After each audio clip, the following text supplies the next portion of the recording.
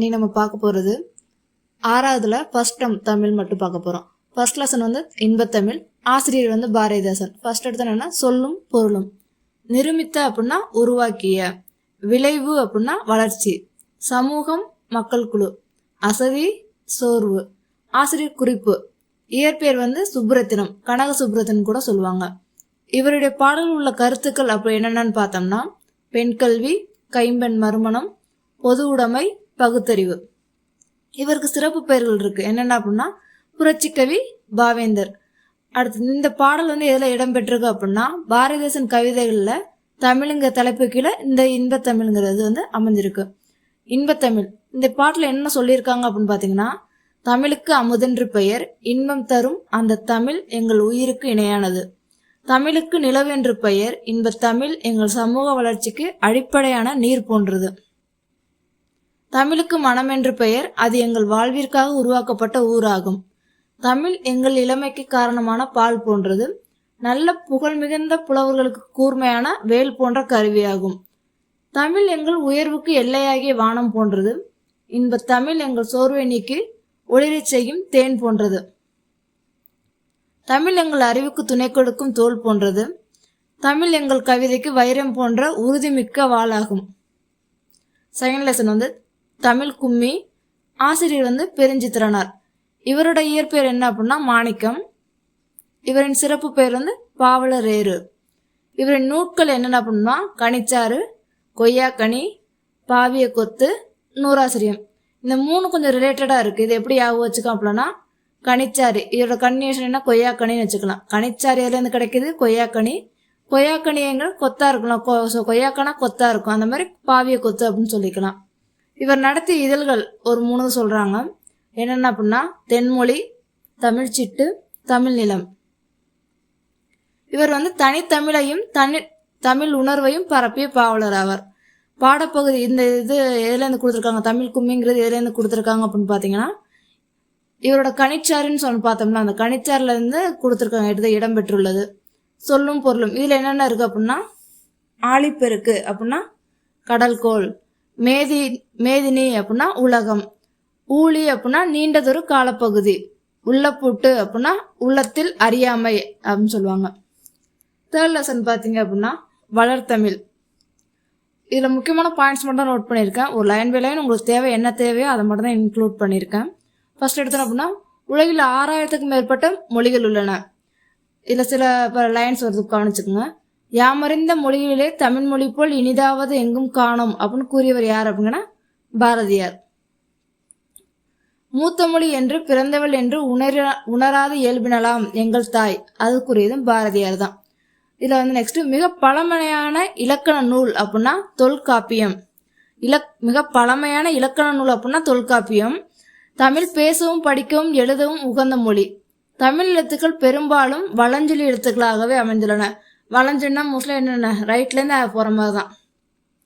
தொல்காப்பியம் அப்படின்னு தொல்காப்பியத்தில் ஒரு லைன் இருக்கு, தமிழன் கிளவியும் அதனார் அற்றே.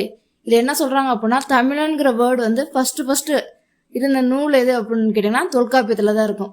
அதே மாதிரி சிலப்பதிகாரம் அதில் வஞ்சிக்காண்டத்தில் இமிழ்கடல் வேலியை தமிழ்நாடு ஆக்கிய இதுனி கருதினே ஆயின் அப்படின்னா இதில் தமிழ்நாடுங்கிற வேர்டு வந்து ஃபர்ஸ்ட் யூஸ் பண்ணது எப்படின்னா சிலப்பதிகாரத்தில் தான். அடுத்து அப்பர் தேவாரம் அப்படிங்கிறதுல வந்து தமிழன் கண்டாய் அப்படின்னு ஒரு லைன் வருது. ஸோ இதில் என்ன அப்படின்னா தமிழன்கிற வேர்டு வந்து அப்பர் தேவாரம்.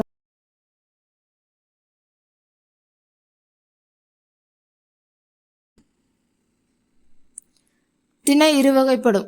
ஒன்று வந்து உயர்திணை, இன்னொன்று வந்து அக்ரிணை.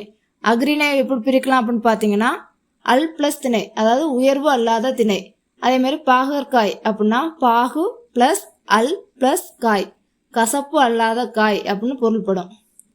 தமிழ் இலக்கண நூட்கள் அப்படின்னா தொல்காப்பியம், நன்னூல். இதே சங்க இலக்கிய நூல்கள் என்னென்ன அப்படின்னு பார்த்தீங்கன்னா 8 தொகை 10 பாட்டு. இதே தமிழ் அறநூட்கள் அப்படின்னு என்னென்னு பார்த்தீங்கன்னா திருக்குறள், நாலடியார். தமிழ் காப்பிய நூல்கள் என்னென்னா சிலப்பதிகாரம், மணிமேகலை. இதை கொஞ்சம் ஈஸியாக கரெக்டாக ஞாபகம் வச்சுக்கலாம். ஃபஸ்ட்டு இலக்கண நூல்னா தொல்காப்பியம், நன்னூல். அடுத்து சங்க இலக்கிய நூல்கள் அப்படின்னா 8 தொகை 10 பாட்டு. அடுத்து அறநூட்கள் என்னென்ன அப்படின்னா திருக்குறள், நாலடியார். இதில் காப்பிய நூல்கள் என்ன சிலப்பதிகாரம், மணிமேகலை. பூவின் நிலை வந்து 7 நிலையில் வந்து அது பூக்கும் அப்படிங்கிறத சொல்கிறாங்க. என்னென்ன நிலை அப்படின்னா, ஃபர்ஸ்ட் ஒன்று வந்து அரும்பு, மொட்டு, முகை, மலர், அலர், வி, செம்மல். அதே மாதிரி மா என்னும் ஒரு சொல் தரும் பொருட்கள். மாங்கிற ஒரு லெட்டருக்கு வந்து எத்தனை பொருள் இருக்கு அப்படின்னு சொல்கிறாங்க. அதாவது மரம், விலங்கு, பெரிய, திருமகள், அழகு, அறிவு, அளவு, அழைத்தல், துகள், மேன்மை, வயல், வண்டு. அடுத்து முத்தமிழ். முத்தமிழ் என்னன்னு தெரியும். இயல், இசை, நாடகம். ஆனால் இந்த இயல், இசை வந்து எதை வெளிப்படுத்துது அப்படிங்கிறத நோட் பண்ணியிருக்காங்க. ஃபர்ஸ்ட் இயல் வந்து இயல் தமிழ் வந்து எண்ணத்தை வெளிப்படுத்தும். இசைத்தமிழ் வந்து உள்ளத்தை மகிழ்த்த வைக்கும். நாடகத்தமிழ் வந்து உணர்வில் கலந்து வாழ்வினை நிறைகுறைகளை சுட்டி காட்டும். இயல் தமிழ் வந்து நம்ம என்ன நினைக்கிறவங்க வெளிப்படுத்தும். இசைத்தமிழ் வந்து ஒரு இசை கேட்டால் நம்ம ஜாலியாக இருக்கணும். அந்த மாதிரி இசைத்தமிழ் வந்து உள்ளத்தை மகிழ்விக்கும். நாடகத்தமிழ் வந்து உணர்வில் கலந்து வாழ்வின் நிறைகுறைகளை வந்து சுட்டி காட்டும். அடுத்து தமிழின் கவிதை வடிவங்கள் ஒரு 4 சொல்லியிருக்காங்க. தமிழ் கவிதை துளிப்பான், புதுக்கவிதை, கவிதை, செய்யுள். அதே மாதிரி தமிழின் உரைநடை வடிவங்கள் கட்டுரை, புதினம், சிறுகதை. தாவர இலைப்பெயர்கள் என்னென்ன அப்படின்னா, அதில் என்னென்ன வகை இருக்குது அப்படிங்கிற சொல்லியிருக்காங்க. ஃபர்ஸ்ட் என்னதுன்னா ஆல், அரசு, மா, பலா, வாழை. இது எல்லாமே இலை வகையை சேர்ந்தது. இப்போ ஆள்னா ஆலமரம், அரச மரம் அந்த மாதிரி தான். ஆள், அரசு, மா, பலா, வாழை இலை வகையை சேர்ந்தது. அடுத்து அகத்தி, பசலை, முருங்கை இதெல்லாம் கீரை வகை சேர்ந்தது. அடுத்து அருகு, கோரை, புல் இது வந்து என்ன வகைன்னா புல் வகையை சேர்ந்தது. அடுத்து நெல், வரகு, தாள். நெல்லும் வரகும் தாள் வகையை சேர்ந்தது. அடுத்து மல்லி, தலை. ஆக்சுவலாக எனக்கு தெரிஞ்சதான் கொத்தமல்லி அப்படி சொல்லணும்னா அந்த தலை அப்படின்னா தலை, மல்லி, தலை. அடுத்து சப்பாத்தி, கள்ளி, தாளை இதெல்லாம் மடல் வகையை சேர்ந்தது. கரும்பு, நாணல், இதெல்லாம் தோகை வகையை சேர்ந்தது. பனை, தென்னை வந்து ஓலை வகையை சேர்ந்தது. கமுகு அப்படின்னா பாக்கு தான். கமுகு வந்து கூந்தல் அப்படிங்கிற வகையை சேர்ந்தது. சரிங்களா?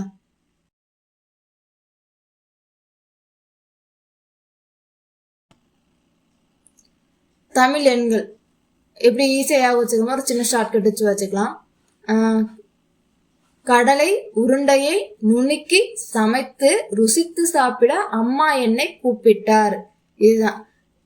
கா வந்து என்ன 1ஆம் நம்பரு, உ 2ஆம் நம்பரு, நு 3ஆம் நம்பரு, ச 4ஆம் நம்பரு, ரு 5ஆம் நம்பரு, ஷா 6ஆம் நம்பரு, ஏ 7ஆம் நம்பரு, அ 8. அடுத்து கு வந்து 9.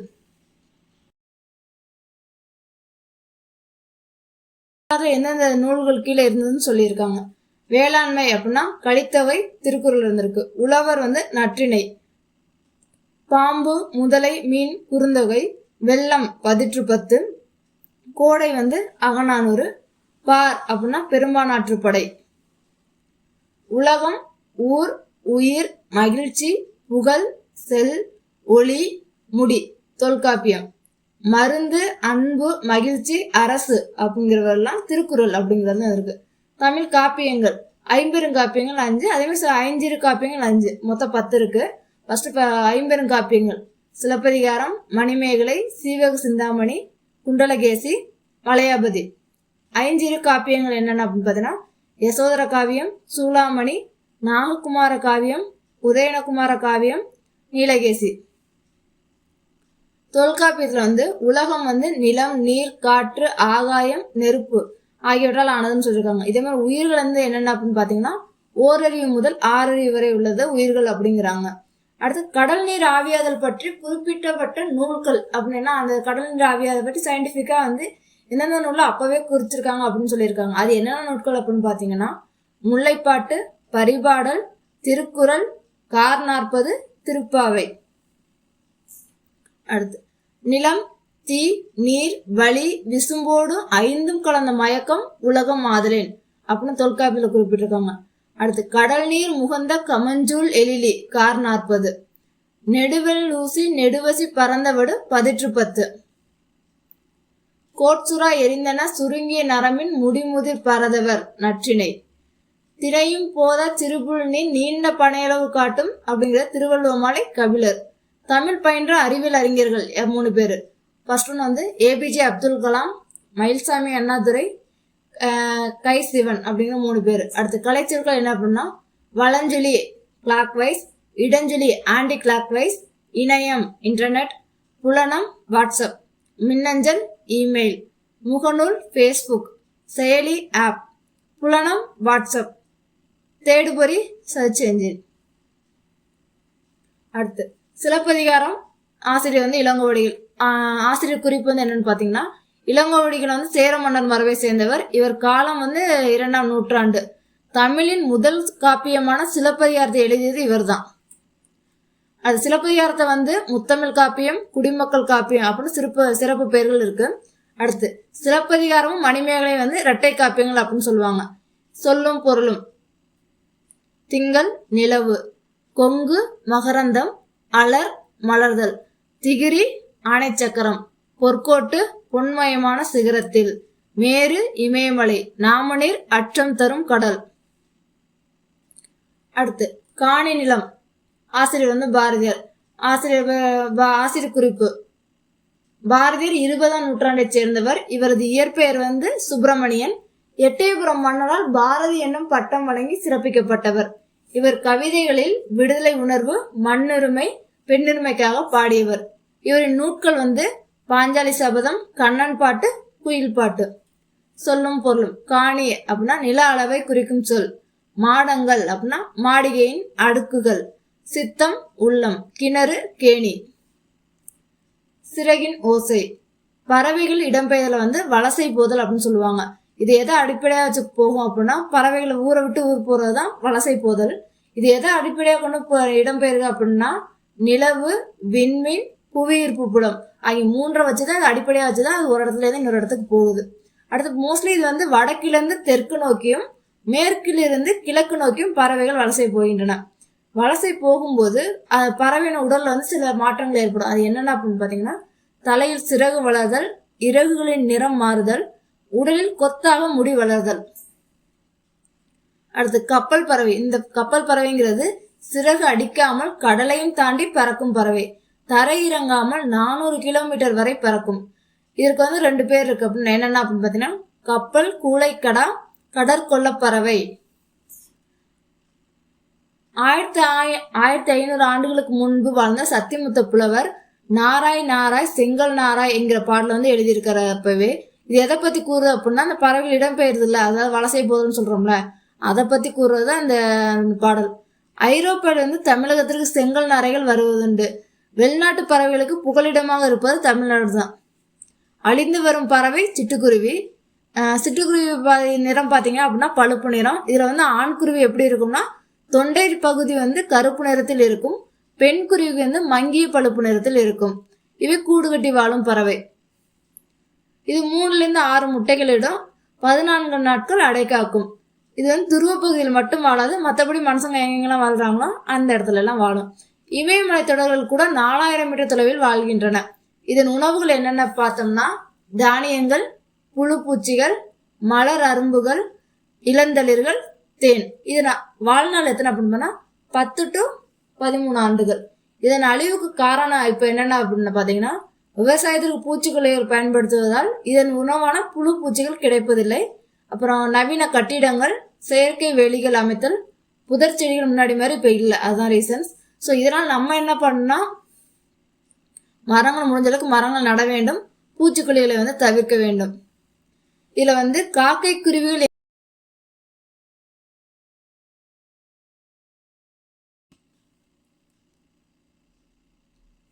இந்தியாவின் பறவை மனிதர் டாக்டர் சலீம் அலி தன் வாழ்நாள் முழுவதும் பறவைகள் பற்றி ஆராய்ச்சி செய்வதில் அவற்றை படம் பிடிப்பதிலும் ஈடுபட்டார்.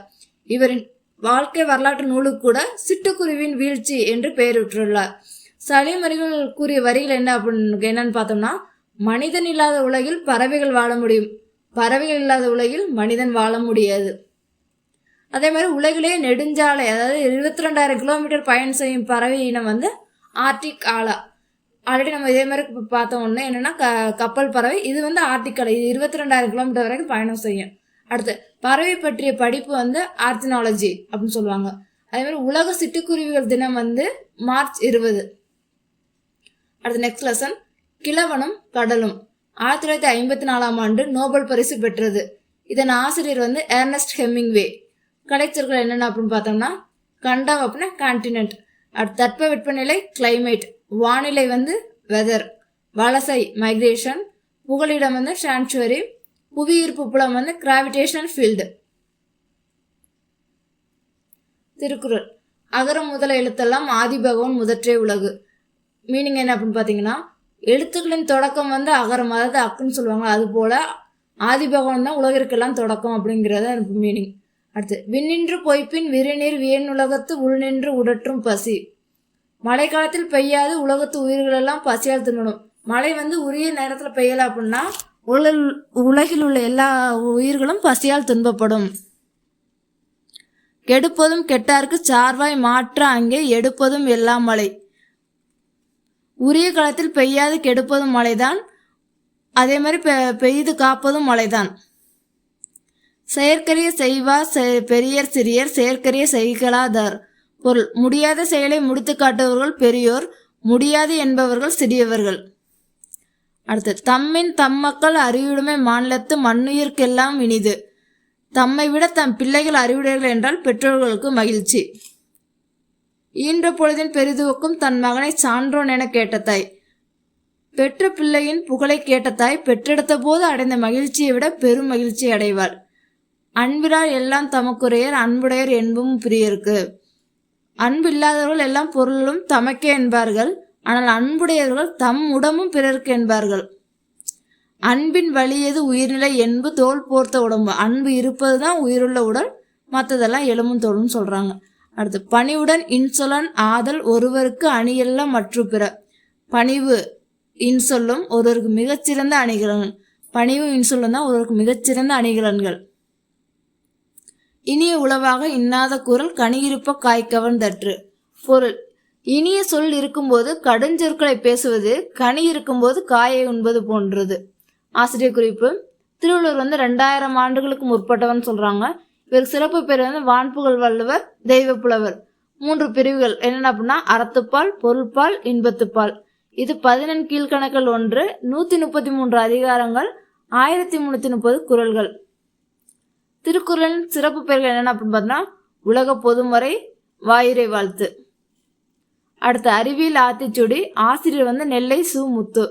இவரை வந்து என்ன சொல்லி ஏபிஜே அப்துல் கலாம் ஒரு வார்த்தை சொல்லி பாராட்டியிருப்பார். என்ன அப்படின்னு பார்த்தீங்கன்னா தம்மை ஒத்த அலைநீளத்தில் சிந்திப்பவர் என்று கூறியவர் வந்து ஏபிஜே அப்துல் கலாம். இவர் யார் அப்படின்னா நெல்லை சு முத்துங்கிற யாருங்கன்னா அறிவியல் அறிஞர் மற்றும் கவிஞர். இவர் எங்கெங்க பணியாற்றிருக்கார் அப்படின்னா விக்ரம் சாராபாய் விண்வெளி மையம், சதீஷ் தவான் விண்வெளி மையம், இந்திய விண்வெளி மையம். சொல்லும் பொருளும் இயன்றவரை அப்படின்னா முடிந்தவரை, ஒருமித்து அப்படின்னா ஒன்றுபட்டு, ஔடதம் மருந்து. பாடல் வரிகள் இவர் எழுதியிருக்கால சயின்டிஃபிக்காக ஒரு ஆத்திச்சூடி. அது என்ன அப்படின்னு பார்த்தீங்கன்னா அறிவியல் சிந்தனைக்குள் ஆய்வில் மூழ்கு, இயன்றவரை புரிந்து கொள், ஈடுபாடுடன் அணுகு, உண்மை கண்டறி, ஊக்கம் வெற்றி தரும், என்றும் அறிவியலை வெல்லும், ஏனென்று கேள், ஐயம் தெளிந்து சொல், ஒருமித்து செயல்படு, ஓய்வர உலை, ஔடதமாம் அனுபவம். அடுத்து கணியனின் நண்பன். கார்ல் கபெக் அப்படிங்கிறவர் செக் நாட்டை சேர்ந்தவர். 1920ஆம் ஆண்டு ஒரு நாடகம் ஒன்று எழுதுறாரு. அதில் வந்து ஃபர்ஸ்ட் ரோபோங்கிற வேர்டை வந்து யூஸ் பண்ணுறாரு. இந்த ரோபோக்கு என்ன மீனிங் அப்படின்னா அடிமை என்ற அர்த்தம். அடுத்து தானியாங்கி அப்படின்னா தானியாங்கி என்றால் என்ன அப்படின்னா மனித முயற்சிகளுக்கு மாற்றாக தானே இயங்கும் எந்திரம் தானியாங்கி ஆகும். அடுத்து 1970ஆம் ஆண்டு மே மாதம் சதுரங்க போட்டி ஒன்று நடைபெற்றது. அதில் கேரி கேஸ்ட்ரோ என்பவர் வந்து கலந்து கொண்டார். இதில் IBM என்னும் நிறுவனம் உருவாக்கிய டீப் ப்ளூ சூப்பர் கம்ப்யூட்டர் பங்கேற்று வெற்றி பெற்றது. உலகிலே முதலாக சவுதி அரேபியா வந்து ஒரு ரோபோக்கு வந்து குடியுரிமை வழங்கியுள்ளது. அந்த ரோபோட பேர் என்னன்னு பார்த்தீங்கன்னா சோபியா. இந்த சோபியாவுக்கு வந்து ஐக்கிய நாடுகள் சபை வந்து புதுமைகளின் வெற்றியாளர் என்ற பட்டம் வழங்கியுள்ளது.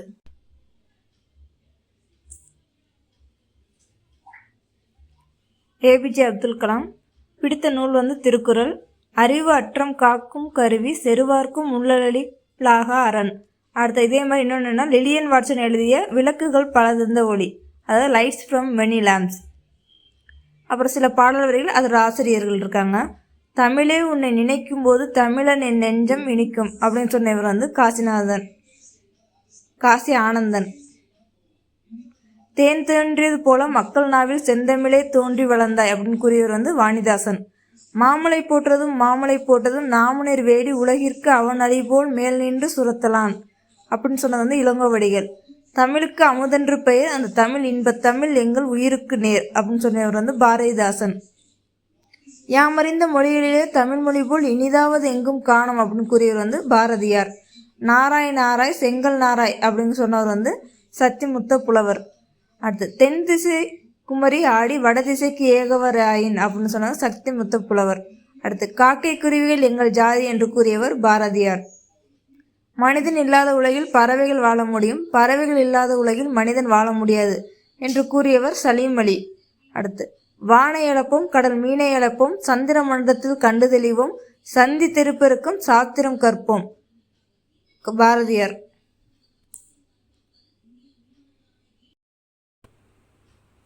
இதோட 6th ஃபர்ஸ்ட் டேர்ம் தமிழ் முடியுது. நெக்ஸ்ட் வீடியோவில் 6th செகண்ட் டேர்ம் தமிழை பற்றி பார்க்கலாம். தேங்க்யூ ஃபார் வாட்சிங்.